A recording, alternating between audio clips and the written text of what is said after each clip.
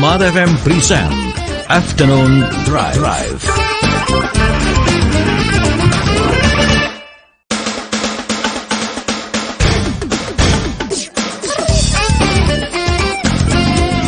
Smart FM present Afternoon Drive.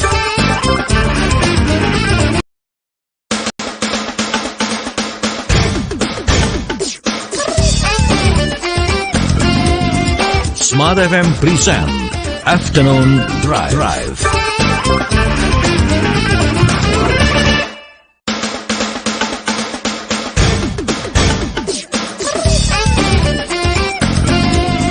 Smart FM present Afternoon Drive. Ya, Smart Listener, berdasarkan hasil riset Bappenas, Indonesia kehilangan 23 hingga 48 juta ton makanan yang terbuang atau food loss atau waste, yang dimana itu dimulai ataupun per tahun ya Smart Listener, itu sejak tahun 2000 hingga 2019. Dan mayoritas dari makanan yang terbuang ini itu berasal dari padi-padian dengan proporsinya itu 44%. Nah, ini merupakan data yang sangat penting ya Smart Listener, karena ini juga berkaitan dengan topik yang akan kita bahas untuk sore hari ini mengenai Ego to Eco untuk hidup yang lebih baik. Apa sebenarnya Ego to Eco ini? Langsung saja kita akan memperbincangkannya bersama dengan tamu spesial saya yang saat ini sudah hadir di studio. Langsung saja saya menyapa, di sini ada Bapak Muhammad Iskandar Lewa, Subon Edukasi, Promosi, dan Monitoring Persampahan Dinas Lingkungan Hidup Kota Makassar. Assalamualaikum warahmatullahi wabarakatuh. Selamat sore, Pak. Selamat sore, Mbak. Gimana kabarnya, sehat ya, Pak? Alhamdulillah sehat. Iya. Terima kasih Pak sudah hadir di studio ya Pak Iskandar. Baik, dan untuk sore hari ini juga kita kedatangan seorang perempuan yang concern ya. Seorang penggagas gerakan Ego to Eco. Langsung saja kita menyapa, di sini ada Ibu Susana SE, Ketua Permabudi Makassar atau Ketua Persatuan Umat Buddha PC Makassar. Selamat sore Ibu Susan. Selamat sore Ibu. Gimana kabarnya? Baik, sehat. Alhamdulillah. Terima kasih sudah hadir di studio ya Ibu Susan ya. Sama-sama. Ya, baik. Dan Smart Listener, kami informasikan juga untuk live talk show kita. Kita live di 101,1 Radio Smart FM Makassar dan juga live di channel YouTube Smart FM Makassar. Dan langsung saja dari Pak Iskandar, saya izin dulu saya langsung ke Ibu Susan ya. Baik, Ibu Susan, ini dari data yang disajikan oleh Bappenas ini mengetahui bahwa untuk makanan yang terbuang ini sebesar 23 hingga 48 juta ton ya. Ini sangat miris ya. Wow, nah, ya. Wow banget ya. Saya tercengkang gitu ya. Ternyata untuk Indonesia ini menjadi negara kedua terbesar penyumbang sampah makanan yang tersisa. Betul. Ini setelah Arab Saudi ya. Dan untuk tema yang kita bahas untuk hari ini terkait Ego to Eco. Apa sebenarnya Ego to Eco ini, Ibu Susan?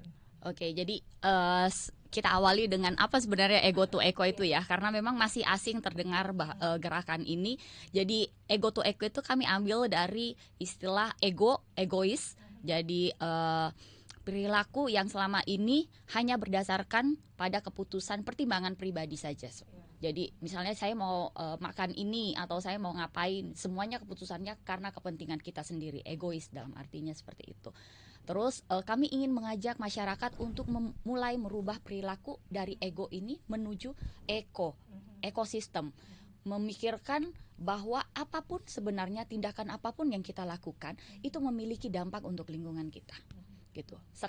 Sesimpel kita marah aja atau kita mengeluarkan kata yang gak bagus, pasti sekitar kita tuh udah pasti berefek ya gitu. Apalagi kalau ada orang di dekat kita gitu kan ya, kita kayak mengeluarkan energi negatif gitu. Jadi kalau kita mengeluarkan energi negatif, otomatis yang akan datang kepada kita jodohnya pun akan energi negatif. Tetapi kalau kita mau mengeluarkan energi positif, pasti akan mendekat energi positif. Nah, sesimpel tadi itu bahwa apa yang kita lakukan pasti akan memberi dampak untuk lingkungan kita. Selama ini kita selalu berpikir diri kita, maka kita nggak berpikir panjang bahwa ternyata apa yang saya lakukan ini memberi dampak pada lingkungan gitu. Sesimpel yang tadi soal sampah gitu. Sekarang kan banyak banget di luar jual minuman misalnya ya online gitu. Cup itu aja sebenarnya udah pakai plastik. Terus di cup itu sekarang lebih modern lagi nih, untuk semuanya teknologi mempermudah manusia tetapi menyulitkan alam. Jadi dipakein lagi kan plastik itu yang bisa digantung-gantung gini kan. Padahal sebenarnya kan kita tuh punya tangan kan, kita bisa pegang lah gitu. Nggak harus pakai plastik lagi kan. Sementara plastik itu dalam hitungan menit bahkan detik, plastik itu kemudian menjadi sampah di tangan kita. Kita nggak pernah berpikir bahwa kita menghasilkan itu dalam waktu menit, detik, tapi sampah itu sendiri butuh waktu ribuan tahun untuk bisa berproses kembali. Begitu miris perbandingannya sebenarnya. Begitu egois kita hanya untuk kesenangan yang sementara, kemudian kita mengorbankan sesuatu yang jangka panjang, seperti itu. Jadi pola ego to eco ini pingin mengajak kita untuk ayo Bapak Ibu teman-teman sekalian, siapapun, mulai dalam hal berperilaku dalam keseharian kita. Pertimbangkanlah sekecil apapun yang kita lakukan akan memberi dampak untuk lingkungan kita. Entah itu pakai plastik yang tidak bijak, entah ikut makan yang bersisa, apalagi kan sekarang yang tadi saya bilang setelah pandemi banyak orang mulai jualan online. Semua makanan diplastikin, plastiknya diplastikin lagi gitu kan. Akhirnya pun juga ketika kita karena terbiasa pola makan di luar dari rumah, kita pesan makan, padahal porsi makan yang kita pesan itu belum tentu sesuai dengan porsi kita ya. Apalagi mungkin kadang-kadang perempuan gitu, kadang cuma makan setengahnya, apalagi yang diet gitu ya, nasinya nggak dimakan separuh gitu kan, disimpang kan. Jadi kemudian kan akhirnya menjadi sampah yang mungkin akan berakhir di TPA. 80% berakhir di TPA karena dia nggak pisah. Kan kalau kita makan di luar kita nggak pisah, kita nggak keluarin dari plastik untuk kita buang ke sampah organiknya, kita maksudnya sisa makanannya nggak kita pisahkan dengan plastiknya sendiri. Akibatnya semuanya berakhir di TPA, yang kemudian TPA di Antang ini sekarang sudah mulai demo orangnya gitu, makin lama makin menggunung, udah nggak ada tempat lagi buat buang sampah gitu. Perilaku ini yang kadang-kadang kita tuh nggak mikir panjang gitu, banyak sekali efeknya Bu. Kadang juga ya pada saat kita makan gitu kan, itu biasanya lapar mata kan. Betul. Iya, apalagi pada saat ke kondangan gitu kan, semuanya pengen dimakan. Banyak gitu kan ya. Kayak nggak makan ya berapa tahun gitu. Oke, yang sebenarnya memang kita harus itu ya, sesuai dengan kebutuhan aja gitu kan. Iya. Kadang-kadang ada orang malu kan mau berdiri lagi untuk ngambil. Tapi seharusnya apalagi kalau kita udah dewasa, kita tahu lah porsi makan kita seberapa. Jangan ambil berlebihan yang kemudian tidak bisa kita tanggung jawab menghabiskan. Kan sayang. Betul. Jadi sebisa mungkin itu kita bisa cegah ya sebelum menjadi sampah gitu ya. Betul. Ibu Susan ya. Oke. Dari Ibu Susan saya ke Pak Iskandar dulu nih, Pak Iskandar. Dari data yang dihasilkan ataupun riset yang dilakukan oleh Bappenas ya, 23 hingga 48 juta ton. Nah sebenarnya ini kalau melihat ya dari hal-hal yang disebutkan tadi, kalau dari TPA Antang di Kecamatan Manggala ini juga itu sudah over kapasitas nih. Sudah over kapasitas, dan kalau kita berbicara mengenai sampah ini juga kan ini merupakan satu hal yang sangat sensitif ya. Ini menjadi topik yang banyak diperbincangkan. Nah, seiring dengan pertambahan penduduk Pak, apakah ini juga seiring juga dengan pertambahan ataupun konsumsi sampah masyarakat khususnya di Sulawesi Selatan, khususnya di Makassar ini Pak? Terima kasih. Jadi awal saya perlu sampaikan bahwa kalau kita mengacu ke regulasi Undang-Undang nomor 18 tahun 2008 tentang pengolahan persampahan, kesempatan ini saya mengajak kepada masyarakat, kita perlu ingat dan ketahui bahwa di pasal 12 kan sudah sangat jelas. Setiap orang dalam pengelolaan sampah rumah tangga dan sampah sejenis rumah tangga wajib untuk melakukan pengurangan dan pengenangan sampah di setiap wilayahnya. Nah, makna konotasi yang pada pasal ini sudah menjelaskan kepada kita bahwa kalau berbicara soal sampah bukan tanggung jawab pemerintah semata, tetapi seluruh elemen masyarakat, stakeholder yang ada, sehingga bisa berkesinambungan dengan baik. Sesuai data bahwa memang sampah organik itu 54% dari jenis-jenis sampah lain itu memang lebih dominasi oleh sampah organik. Nah, kenapa itu bisa demikian? Dengan pertambahan penduduk, salah satunya penyebab. Yang kedua, Kota Makassar ini merupakan epicentrum dalam pelaksanaan kegiatan-kegiatan baik itu pemerintahan, kemasyarakatan, bisnis dan segala macam. Nah, tidak menutup kemungkinan dan memang sudah jadi kenyataan bahwa daerah-daerah tetangga sebagai daerah penyangga, misalnya Kabupaten Maros, Kabupaten Goa, banyak yang berdomisili di daerah tersebut tetapi beraktivitas di Makassar. Siang Makassar memiliki beban sangat banyak, sangat besar. Nah, malam itu sudah. Nah, inilah yang menyebabkan bahwa semakin banyak orang yang datang ke Makassar, semakin banyak volume sampah yang dikeluarkan untuk itu. Sehingga kami dari Dinas Lingkungan Hidup Kota Makassar memiliki satu prinsip bagaimana penanganan sampah itu kita mulai dari hulu ke hilir. Supaya bagaimana masyarakat juga terlibat. Nah, di samping masyarakat sudah terlibat, kita melihat pemerintah bagaimana gencar memberikan edukasi kepada masyarakat untuk penggunaan sampah itu plastik apa segala macam itu dibatasi. Betul apa yang disampaikan Ibu Susan tadi. Kalau sampah organik itu masih bisa kita tangani dengan baik sepanjang pengelolaannya itu baik. Misalnya, apakah kita melalui komposter.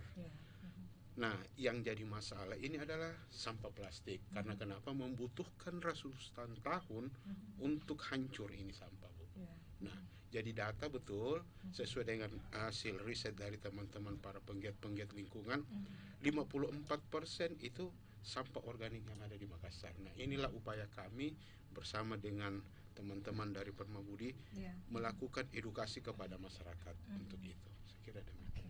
Nah, itu ya edukasi dan juga kolaborasi ya yang dilakukan dari Dinas CLH dan juga dari Permabudi. Iya. Oke. Baik.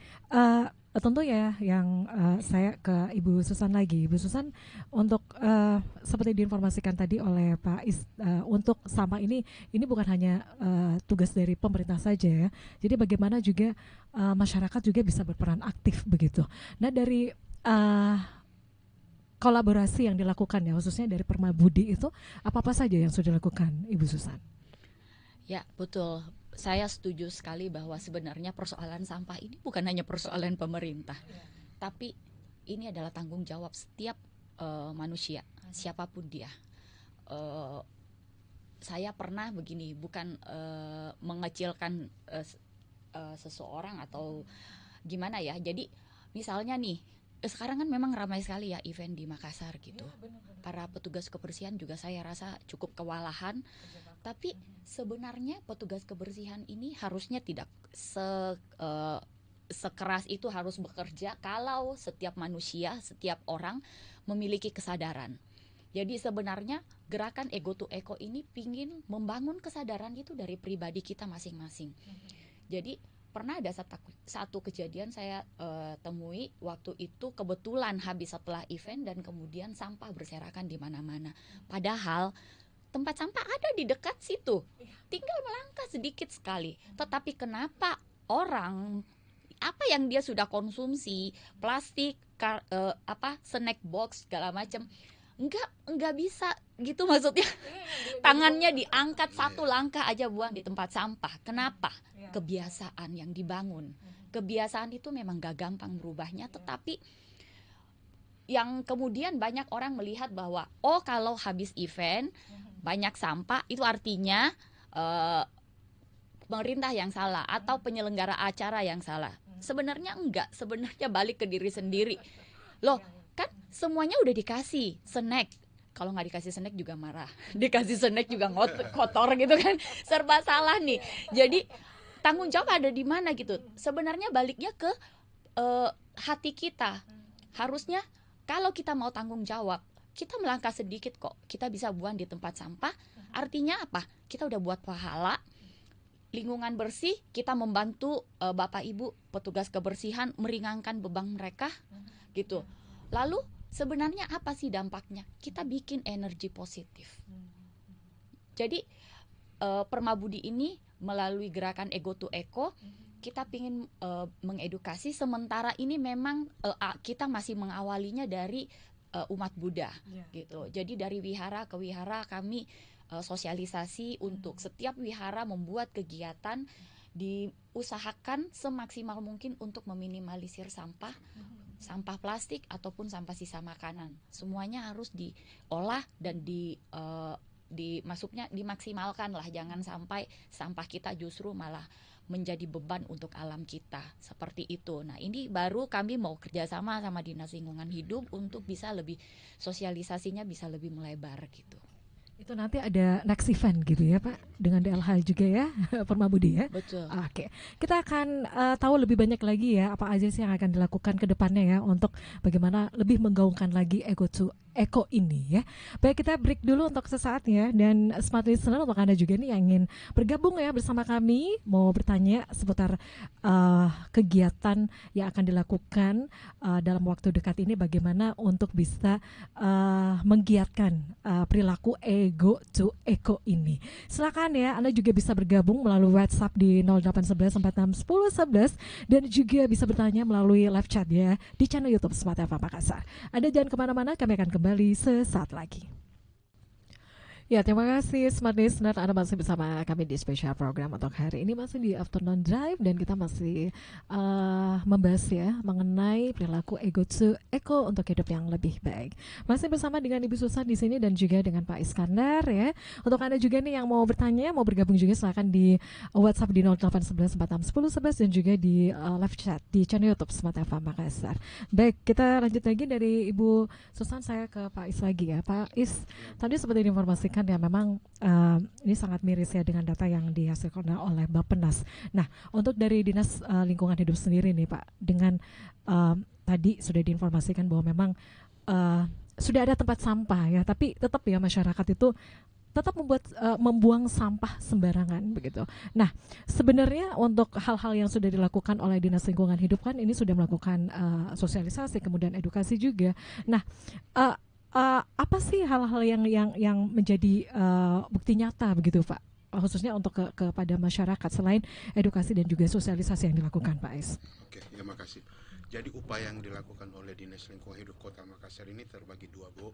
Jadi ada yang bersifat formal. Jadi awal saya menjelaskan dulu apa yang sifatnya formal. Yang pertama itu adalah mengaktifkan kembali bank sampah. Nah, alhamdulillah 603 bank sampah yang dikelola oleh masyarakat ya, Bu ya. Yang dikelola oleh masyarakat sekarang ini sudah bergeliat untuk mengembangkan kembali. Dan di tahun 2023 kita dapat penghargaan dari Kementerian Lingkungan Hidup di mana terbaik pertama nasional bank sampah unit itu ada di Makassar. Nah, ini merupakan satu prestasi yang sangat luar biasa, karena kenapa? Kalau kita berbicara bank sampah, di situ kan lebih besar peranan masyarakatnya ikut berpartisipasi. Kemudian yang kedua, yang secara formal kami lakukan, karena memang ada program di Dinas Lingkungan Hidup, kita gencar turun ke Makassar, ke wilayah-wilayah Kota Makassar, melakukan peningkatan peran serta masyarakat dalam pengelolaan persampahan. Nah, ini sudah terlihat dengan adanya inisiatif yang dilakukan oleh warga di Kelurahan Paropo di Kecamatan Panakukang. Ada usaha magot, Bu, di situ yang dilakukan. Nah, informasi yang kami dapat dari pemilik itu hampir setiap hari 5 ton sampah dari pasar itu dia bawa ke sana tanpa dibawa ke TPA lagi. Jadi menjadi pakan untuk magot tersebut. Nah, kemudian yang sifat non formal, kami menggait beberapa teman-teman komunitas. Ini yang sifatnya non formal, ada gerakan kami yang baru yaitu komunitas Kema Keluarga Indonesia. Dan ini sudah terstruktur dari pusat sampai ke region Sulawesi. Ini kami kembangkan di mana beranggotakan dari beberapa macam profesi. Kami semacam healing keluar agar tidak terlalu formal dan lebih mudah untuk dipahami. Ini tanggal 9 sampai tanggal 10 kami berkumpul nanti dalam bentuk camping, tetapi dalam hal itu kita ramu acara tersebut dengan acara sosialisasi, edukasi bagaimana mengolah sampah. Dan alhamdulillah antusias dari teman-teman komunitas Skema Keluarga Indonesia ini sudah, yang melakukan registrasi ini sudah hampir 150-an. Nah, ini berasal dari Makassar, namun kita tetap membina ke silaturahmi dan keakraban. Karena kenapa? Kadang itu Bu, materi itu akan mudah untuk diterima apabila tidak terlalu formal gitu. Jadi lebih santai. Lebih santai gitu ya. Oke, Pak Is, yang ingin saya tanyakan juga Pak, untuk sekarang ini untuk progres dari bank sampah khususnya di Makassar ini gimana Pak? Ya. Ya. Jadi dari 603 bank sampah ini yang sudah melakukan tanda tangan kerjasama dengan Bank Sampah Pusat, karena Dinas Lingkungan Hidup itu Bu ada UPT. Ibu UPT itu yang membeli sampah yang dipilah oleh masyarakat. Nah ini di samping menciptakan pola ekonomi sirkular juga bersifat edukasi ke masyarakat. Seandainya Bu sampah yang ada di lingkungan itu kita pilah, itu akan menjadi berkah bagi kita semua. Nah, inovasi-inovasi yang dilakukan oleh teman-teman di Bank Sampah Unit, ada namanya Bank Sampah Asoka, sekarang mengembangkan inovasi itu sampah tukar emas. Dan alhamdulillah sudah diberikan pendampingan oleh Pegadaian. Nah, kemudian ada juga beberapa inovasi-inovasi sampah bayar sampah, di mana pembayaran retribusi sampah itu berdasarkan hasil penimbangan sampah. Jadi seumpama 15.000 retribusi kebersihan yang harus dia bayar dalam per bulannya Bu, setelah sampahnya ditimbang 10.000, berarti nasabah itu hanya membayar 5.000 untuk retribusi kebersihan. Jadi setidak-tidaknya mengurangi beban dalam hal ekonomis. Iya, jadi memang ada potongan yang didapatkan ya untuk progres dari bank sampah ini. Betul. ya. Oke, jadi ini erat kaitannya ya, untuk bisnis dan inovasi dapat berperan untuk perubahan dari ego ke eko ya.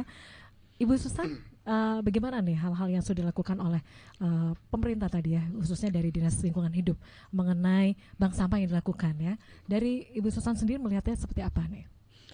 Jadi kalau kami begini Bu, sebenarnya memang hidup ini tidak mungkin kita tidak menghasilkan sampah dalam sehari gitu.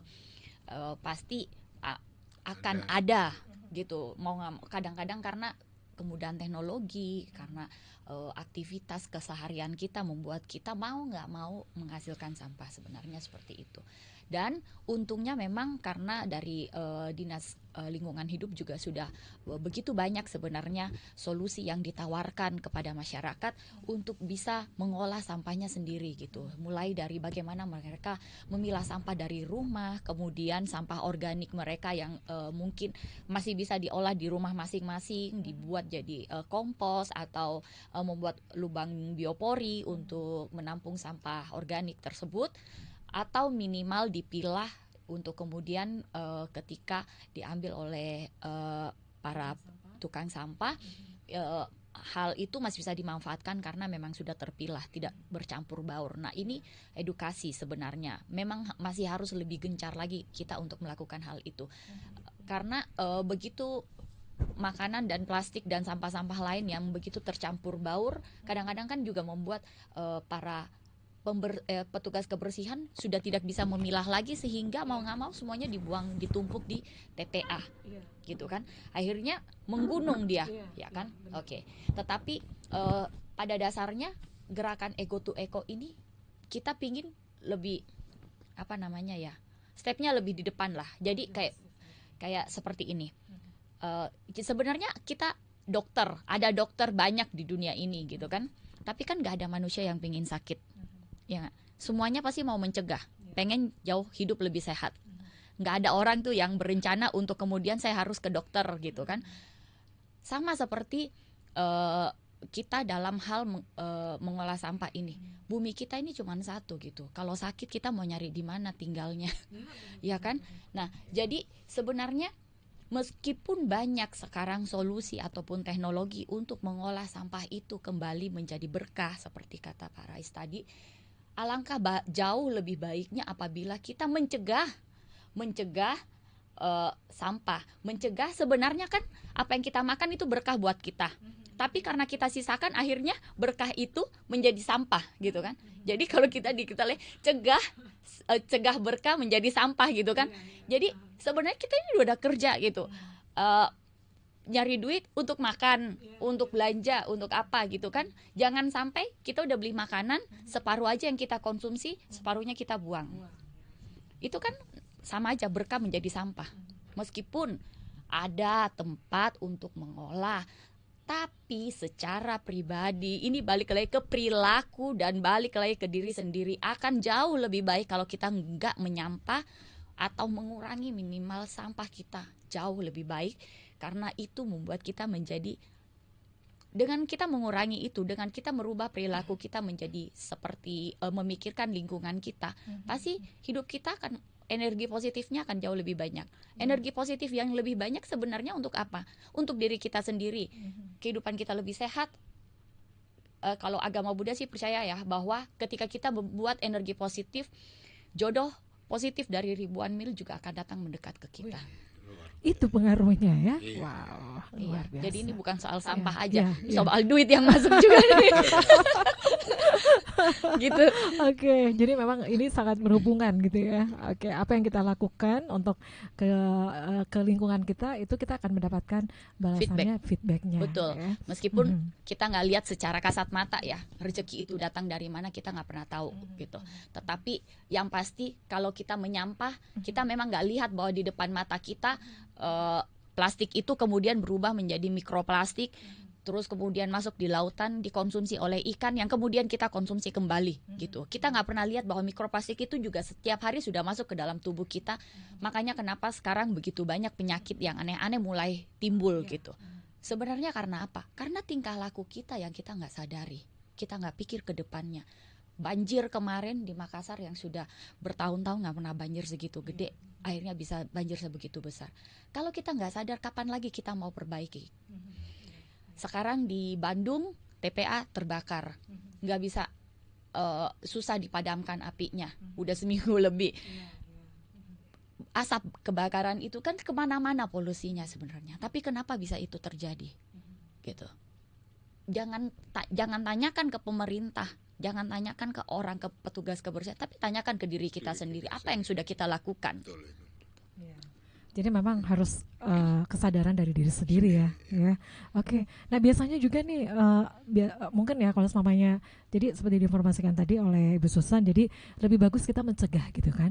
Kalau biasanya nih ya, kalau ibu-ibu itu kan masak mungkin agak banyak gitu Iya, kan. betul. Nah ternyata untuk keluarga yang makan itu sedikit ataupun porsinya lebih kecil gitu kan, nggak ada salahnya gitu kan kalau kita juga bisa berbagi gitu kan Iya, untuk betul. makanannya, daripada tersisa terbuang. Ya, Iya, betul itu sekali. merupakan contoh-contoh hal-hal yang kecil ya yang bisa kita lakukan. Iya. Ya, Nah oke. sekarang tuh sebenarnya kemudahan teknologi kayak begini ya. Misalnya, saya bukan promosi produk. Saya tumbler tempat makan itu saya standby di mobil. Saya jarang makan di luar, tetapi kalau sampai harus makan di luar, porsinya saya nggak bisa habisin kalau satu porsi. Kalau saya sama teman saya bisa berbagi. Itu kalau seleranya sama. Kalau seleranya nggak sama, ya ini adalah penyelamat gitu. Jadi sebagian porsi saya udah saya masukin ke sini, yang saya tahu porsi saya seberapa yang saya bisa makan. Sisanya ya saya bawa pulang gitu. Karena kan kalau di sini orang masih merasa bahwa kalau kita kasih sisa kan dia nggak mau. Ya nggak apa-apa, saya bawa pulang. Minimal saya menyelamatkan plastik. Pertama, saya nggak minta pegawai untuk plastik lagi bungkusin makanan sisa ini. Dan makanan yang sisa ini saya bisa selamatkan sampai di rumah gitu. Entahkah saya makan atau anak saya atau siapa gitu. Jadi itu ya smart listener, dimulai dari hal-hal yang simple ya Ibu Susana.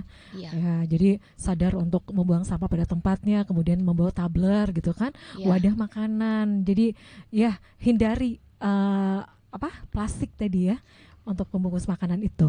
Oke, baik. Kita masih lanjut lagi ya, dan smart listener kita akan break lagi untuk sesaat. Sekali lagi kita masih bersama di Afternoon Drive. Kita masih membahas Ego to Eco untuk hidup lebih baik. Ya, terima kasih Smart Listener. Anda masih bersama kami ya di spesial program untuk hari ini, perilaku ego to eco untuk hidup yang lebih baik ya. Baik, saya kembali ke Ibu Susan. Ibu Susan, tentu ada banyak hal yang mesti memang kita harus lakukan ya.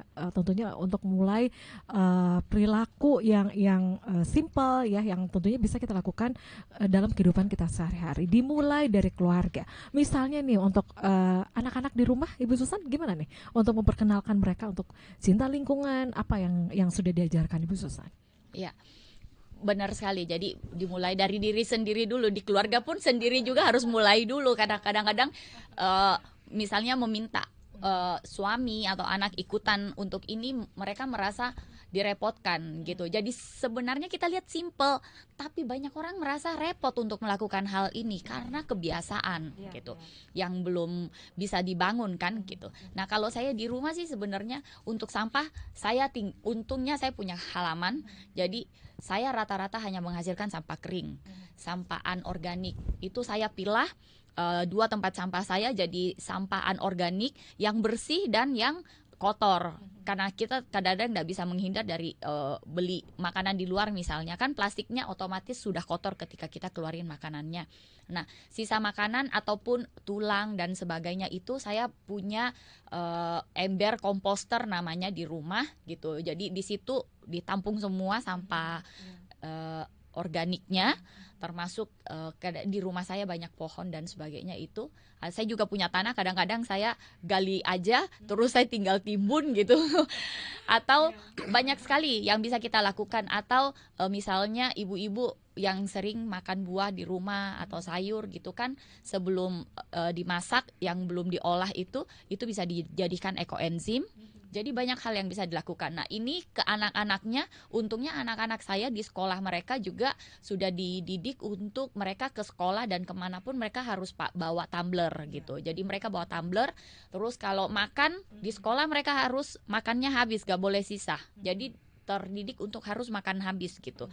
Dan kita ibu di rumah pun tahu seberapa porsi anak kita seharusnya ya. Jadi jangan diberikan berlebihan sehingga membuat mereka setengah mati menghabiskannya atau tidak bisa menghabiskannya gitu. Jadi semuanya harusnya sudah punya tahu dan porsinya masing-masing gitu. Sampai pernah satu hari di sekolah kan juga sebenarnya memang di rumah juga harus buang sampah pada tempatnya. Kadang-kadang memang anak-anak masih lalai, itulah yang mak harus terus nyerocos gitu kan untuk kemudian memberitahu. Karena pernah waktu pas banjir di Makassar itu, terus kan anak saya yang pertama ini memang dia rada agak-agak fobia gitu kan. Jadi dulu pernah kebanjiran dia, terus dia agak fobia. Jadi waktu hujan turun terus gitu kan, dia sempat tanya, Mami ini kenapa hujan turun terus gitu. Dia lihat air di depan rumah sudah mulai mau masuk ke dalam rumah kan, dia ketakutan. Terus dia berpikir kenapa bisa banjir gitu kan. Terus saya nyelotok aja kan, maksudnya nyelutuk, ini kalau orang sembarang buang sampahnya penuh di got, terus akhirnya gotnya mampet jadi nggak bisa jalan airnya. Terus dia diam Bu, dia terus dia bilang gini ke saya, Mami, emangnya orang-orang itu nggak punya otak ya? Dia bilang gitu. Dalam bayangan anak kecil itu bahwa harusnya kalau kita bisa berpikir bahwa sampah itu bisa mengotori, bisa menyumbat saluran, bisa mengotori lingkungan, ya harusnya jangan kita lakukan dong. Iya kan? Betul. Jadi anak kecil aja bisa berpikir begitu ya. Kalau kita logis, harusnya kita orang dewasa tahu dan bisa berpikir bahwa apa yang saya lakukan ini memberi dampak lingkungan. Ya, Ibu Susan, Pak Iskandar, ini gimana nih Pak? Tantangan terberatnya ini Pak Ya, untuk pengelolaan sampah ini Pak. Inilah tantangan. Ya. Tetapi kami selaku pemerintah tidak akan pernah tinggal diam. Tetapi kita lakukan edukasi. Lebih dekat dengan mic-nya Pak Is. Lebih dekat dengan masyarakat dan juga dengan pola yang kami lakukan sekarang, pemberdayaan masyarakat. Karena setiap kecamatan kami sudah ada motivator. Jadi untuk melibatkan mereka, karena dia berhubungan langsung dengan masyarakat, maka di kecamatan-kecamatan itu sudah ada namanya motivator untuk melakukan edukasi kepada masyarakat. Nah kemudian untuk di dunia pendidikan, dalam hal ini dunia sekolah, memang ada namanya program Adiwiyata. Adiwiyata di mana untuk lingkup pemerintah Kota Makassar, khususnya yang menjadi tugas Dinas Lingkungan Hidup, melakukan approach pendekatan kepada SD dan SMP untuk terus membina bagaimana mencintai lingkungan, bagaimana pola hidup bersih. Itu sudah tetap kami lakukan di setiap sekolah-sekolah yang ada di Kota Makassar. Oke. Dan termasuk juga nih dalam waktu dekat ini ya Ibu Susan ya, kita ini akan diadakan World Clean Up Day. Ya, Ah, ini gimana nih konsepnya? Kerjasama dari Permabudi dan juga pemerintah atau kayak gimana nih? Ya, ini Ya, kan silakan. kebetulan memang dalam rangka World Clean Up Day ini, jadi ada semacam surat himbauan dari Kementerian Revolusi Mental gitu, untuk sebenarnya bukan persoalan bagaimana kita membersihkan aja, tetapi bagaimana memanfaatkan momen ini untuk edukasi lingkungan gitu. Tetap balik lagi kepada bagaimana orang-orang bisa berperilaku ramah lingkungan seperti itu. Jadi kita akan mengadakan gerakan kebersihan di sekitar Lego-Lego CPI bersama dengan beberapa komunitas. Salah satunya juga kita bekerja sama dengan Dinas Lingkungan Hidup, supaya semakin banyak orang yang bisa terlibat dalam mencoba membangun kebiasaan baik untuk lingkungan kita gitu. Itu bisa dimulai ya. Jadi nanti di tanggal 16 September ya. Betul, 16 September Itu dimulai jam berapa? jam 6 pagi rencananya sampai jam 10. Ini gerakan seluruh Indonesia. Jadi seluruh Indonesia akan melakukan dengan komunitas-komunitas yang lain akan melakukan kebersihan massal gitu. Oke. Mudah-mudahan ini bisa berlanjut terus gitu ya. Betul. Iya, iya. Oke, Pak, gimana nih untuk kegiatan yang akan dilaksanakan dalam waktu dekat ini dari Dinas Lingkungan Hidup sendiri, gimana nih untuk mediasinya dengan komunitas-komunitas yang ada di Makassar? Karena ini kan serentak ya? Iya, serentak ya dilakukan ya? Serentak dilakukan, tetapi untuk komunitas yang berbeda-beda sih sebenarnya. Nah, ini gimana nih dari peran dari Dinas Lingkungan Hidup nantinya, Pak, Ya. untuk kegiatan ini? Kami dari Dinas Lingkungan Hidup tetap akan memfasilitasi apa yang menjadi inisiatif yang baik oleh teman-teman seluruh komunitas para pencinta lingkungan, dan memang itu merupakan tanggung jawab pemerintah dalam hal pengelolaan persampahan.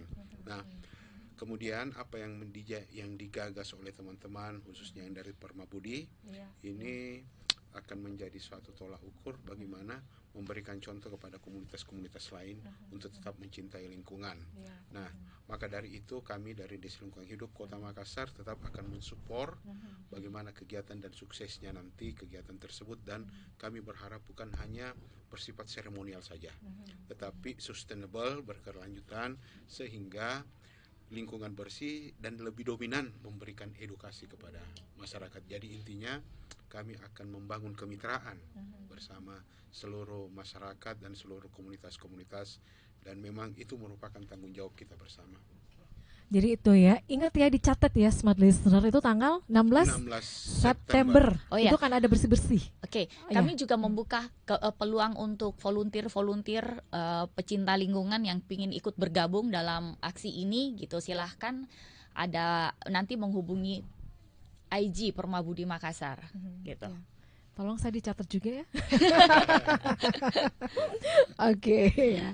Baik, kita masih mempunyai waktu kurang lebih 5 menit lagi ke depan ya. Dari Ibu Susan atau dari Pak Iskandar, apa yang disampaikan Pak ini untuk mengajak masyarakat juga untuk bisa ikut ya berkontribusi untuk perubahan yang besar ini untuk menuju kehidupan yang lebih baik lagi. Dari Ibu Susan, silakan sebagai closing statement kita juga untuk di sore hari ini.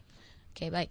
Kalau dari saya seperti data yang tadi sudah dipaparkan di awal, bahwa ternyata dari 100% kita ini juara kedua dunia menghasilkan sampah sisa makanan gitu. Nah, dari 100% pun sampah yang dihasilkan setiap hari ada sekitar 51,4% itu adalah sampah sisa makanan. Nah, ayolah mulai dari pribadi kita masing-masing. Ketika kita makan sampai habis, itu pun sebenarnya kita menghargai proses yang sudah terjadi, mulai dari petani menanam sampai kemudian terhidang di depan kita. Itu adalah berkah gitu.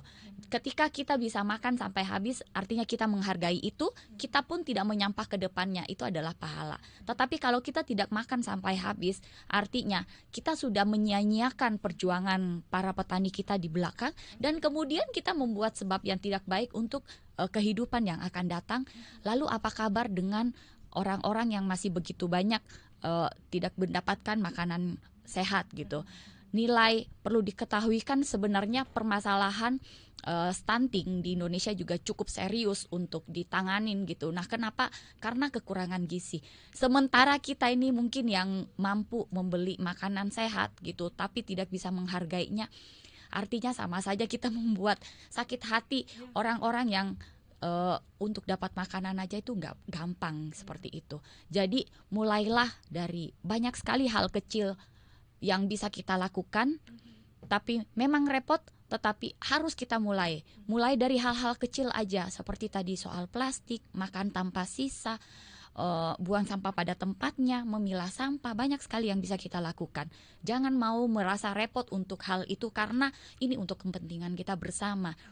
Jadi mulailah dari hal kecil, mulailah dari diri sendiri, mulai dari sekarang, jangan menunda. Iya. Harus ya, harus. Semangat. Iya. Baik, dari Pak Iskandar, apa yang disampaikan ini, Sedikit Pak? saya Iya. sampaikan. Cintailah apa yang ada di bumi, niscaya yang ada di langit akan mencintai kita. Artinya, mari kita cintai lingkungan, karena wujud kecintaan lingkungan merupakan salah satu ibadah. Dan ingat, sebaik-baik manusia adalah manusia yang memiliki manfaat bagi sesamanya manusia. Maka kita beri contoh untuk bagaimana mencintai lingkungan, kurangi sampah, dan juga ayo sama-sama kita saling mengingatkan agar pola hidup bersih itu bisa berkelanjutan dan bisa terpelihara di sesama kita berlingkungan. Saya kira demikian. Saya kira banyak hal yang bisa kita lakukan ya, dimulai dari hal-hal yang kecil ya, misalnya nih pada saat hari Minggu mungkin ya itu kita bisa bersih-bersih lingkungan gitu kan. Kemudian hal yang simpel juga bisa kita lakukan dimulai dari dalam rumah ya, itu memilah sampah organik dan anorganik seperti yang dilakukan oleh Ibu Susan tadi ya. Oke. Baik, sekali lagi Smart User, ada 3 hal yang tentu perlu kita lakukan tadi: cegah sebelum jadi sampah, kemudian bijak tanpa plastik, dan makan tanpa sisa. Baik, sekali lagi terima kasih ya Ibu Susan sudah bergabung bersama kami di sore hari ini. Terima kasih untuk insight-nya, dan juga Pak Iskandar ya. Siapa? Ya. Ini merupakan bukti nyata yang memang harus dilakukan oleh pemerintah, dan bagaimana untuk terus ya edukasi dan juga sosialisasi dilakukan untuk bagaimana masyarakat ini bisa mengetahui ya bahwa mereka itu harus melakukan hal-hal yang simpel untuk bisa menyelamatkan lingkungan hidup. Ya. Baik, sekali lagi terima kasih Smart Listener untuk Anda yang bergabung bersama kami di sore hari ini, dan Ibu Susan SE, Ketua Permabudi Makassar, Persatuan Umat Buddha PCI Makassar, dan juga penggagas gerakan Ego to Eco. Dan terima kasih sekali lagi untuk Pak Muhammad Iskandar Lewa, Subhan Edukasi Promosi dan Monitoring Persampahan Dinas Lingkungan Hidup Kota Makassar. Dan saya Mirza Arianti pamit. Selamat sore dan sampai jumpa. Bye-bye.